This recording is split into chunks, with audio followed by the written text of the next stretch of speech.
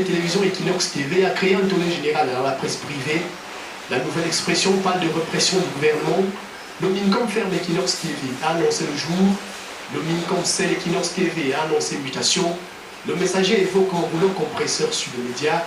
Les raisons tournent autour d'un seul argument brandi par le MINCOM, violation de la loi sur la communication. La chaîne de télévision qui existe depuis 22 mois est fermée jusqu'à nouvel ordre. Et plusieurs journaux ont fait déjà un parallèle entre cette pause décédée sur Equinox TV au débat sur la révision constitutionnelle. Débat animé ces derniers temps dans la capitale économique à travers des marches organisées par cet homme qui, à en croire le messager, trouble le pouvoir. Mohamed Sok, le rebelle moral qui exige le départ de Paul Biya avant 2011. Voici une position qui n'arrangerait pas le désormais leader Mohamed Sok. C'est celle de certains leaders des partis politiques d'opposition approchés par les cas du RDPC selon mutation. Issa Tirmoua Bakari, Anta Gassagaï et Abba Aboubakar sont favorables à la révision constitutionnelle. Repère fait une autre analyse, affirmant que le pouvoir envisage de reconnaître un statut constitutionnel au leader d'opposition, une initiative qui, en croit le journal de Richard Touna, devrait consacrer la mission d'utilité publique des partis d'opposition.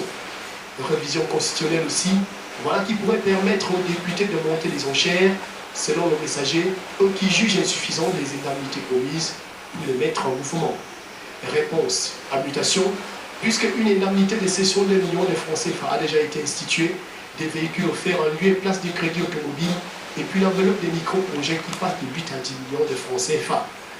La visite de Michel Rousseau à l'immeuble d'Étoile annoncée par Cameroun Tribune a donné d'autres raisons aux messagers.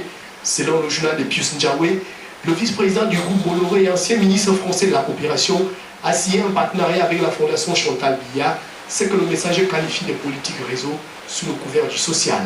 Et enfin, c'est démenti qui vient du délégué du gouvernement auprès de la communauté urbaine de Yaoundé, suite à la rumeur selon laquelle Gilbert Tumévouna a lancé une campagne d'assainissement des mœurs à Yaoundé.